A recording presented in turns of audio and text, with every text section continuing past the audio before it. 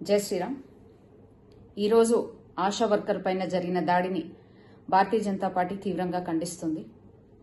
సంవత్సరం క్రిందట ఆశా వర్కర్లకి 9,000 నుంచి 18,000 వేతనాన్ని పెంచుతామని ఏదైతే హామీ ఇచ్చారో దాన్ని అడగడానికి, దానిపై ఒక రిప్రజెంటేషన్ ఇవ్వడానికి డిఎంఈ ఆఫీస్కి వచ్చిన ఆశా వర్కర్లని మహిళలు అని కూడా చూడకుండా విచక్షణారహితంగా వారిపైన చేయి చేసుకోవడం, వారిని అక్రమంగా అరెస్ట్ చేయడం చాలా బాధాకరమైన విషయం.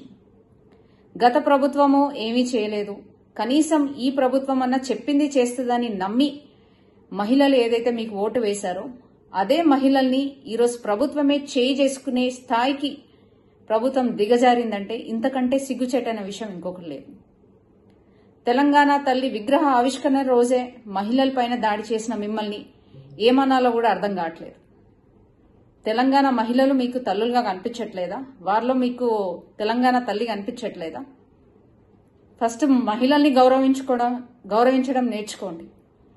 గత ప్రభుత్వం కంటే ఈ ప్రభుత్వము మహిళలపైన జరుగుతున్న అన్యాయాలు, అట్రాసిటీస్ రోజు రోజుకి పెరుగుతున్నప్పటికీ వాటిపైన ఏమాత్రం దృష్టి సారించకుండా కేవలం సంబరాలు చేసుకునే స్థాయిలో లక్షలు ఖర్చు పెడుతూ సంబరాలు మాత్రం చేసుకుంటున్నారు. ఇక్కడ సామాన్య ప్రజలు, మీకు ఓటేసిన ప్రజలు, మీరు హామీలు ఇచ్చిన పథకాల కోసం ఎదురు చూస్తున్న మహిళలు ఎంతగానో బాధపడుతున్నారో ఒక్కసారి ఆలోచించండి.